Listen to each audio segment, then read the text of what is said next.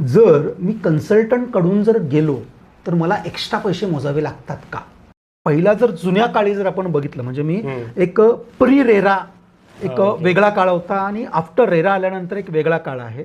या दोन्ही गोष्टी जर मी सेपरेट केल्या तर सुरुवातीला काही डेव्हलपर जे मी लोकल डेव्हलपर जे छोटे डेव्हलपर आहेत ना ते अशा लेवलच्या गोष्टी करायचे की ज्याच्यामध्ये ते क्लिअर कट असं व्हायचं की नाही बाबा की जर तुम्ही कुणीतरी बरोबर कन्सल्टंट बरोबर असेल तर मग तुम्हाला थोडे एक्स्ट्रा पे करावे लागते. पण आत्ताच्या पॉईंट ऑफ व्ह्यू बिल्डर पण एक प्रोफेशनल झालेले आहेत. मी ब्रँडेड आणि चांगले जे डेव्हलपर यांचा जर आपण जर विचार केला तर त्यांच्याकडे सिंपल फंडा काय माहिती आहे का? त्यांना जर मला एक प्रोजेक्ट रेडी करायचा आहे त्याच्यासाठी मला मोठी अमाऊंट लागते. ती जी अमाऊंट आहे ती जी अमाऊंट मी जर समजा मी फास्ट वेलॉसिटीमध्ये सेल नाही केलं तर मला डिपेंड व्हावं लागतं बँकरबरोबर, बरोबर. मग ते लोन काढणार त्याची प्रोसेस त्यानंतर त्याचं काहीतरी कारण इट्स अ बिझनेस लोन त्यांना 11-12% त्याचं व्याज द्यायला लागतं, बरोबर.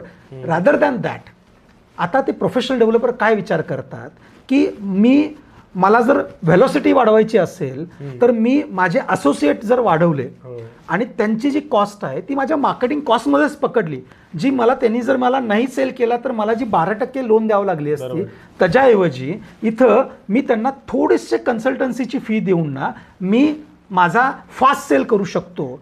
अशा वेळी ते काय करतात तर ते कन्सल्टंटना अप्रोच करून त्यांची जो प्रोजेक्ट आहे तो फास्टेस्ट वेजमध्ये सेल करतात आणि ते जी कन्सल्टन्सी फी आहे ते डेव्हलपर त्या कन्सल्टंटला देतात.